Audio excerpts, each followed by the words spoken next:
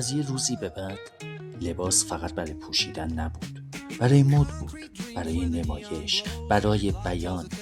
روزی که چارلز فردریک فورس تو قرن 19 اولین شوی لباسش رو راه انداخت، کسی نمیدونست اون داره تاریخ مد رو رقم میزنه. از پاریس تا نیویورک مد تبدیل شد به زبان بدون کلمات، جایی که هر پارچه یه داستان و هر مدل یه بیانه. فشن از سالن‌ها بیرون اومد و رفت رو بوم نقاشی‌ها و صحنه‌های تئاتر و پرده‌های سینما.